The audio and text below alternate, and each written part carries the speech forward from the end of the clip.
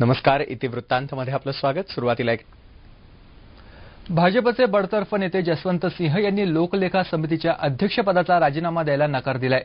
लोकलेखा समितीचं अध्यक्षपद हे पक्षाच्या अधिकार क्षेत्रात नसल्याचं जसवंत सिंह म्हणालेत.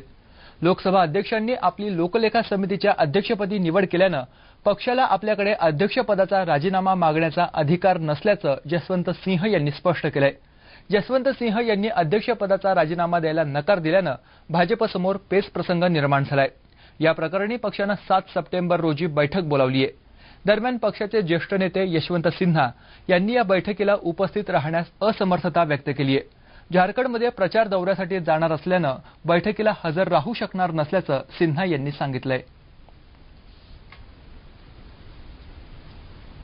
इतिवृत्तांतमध्ये इथेच थांबूयात.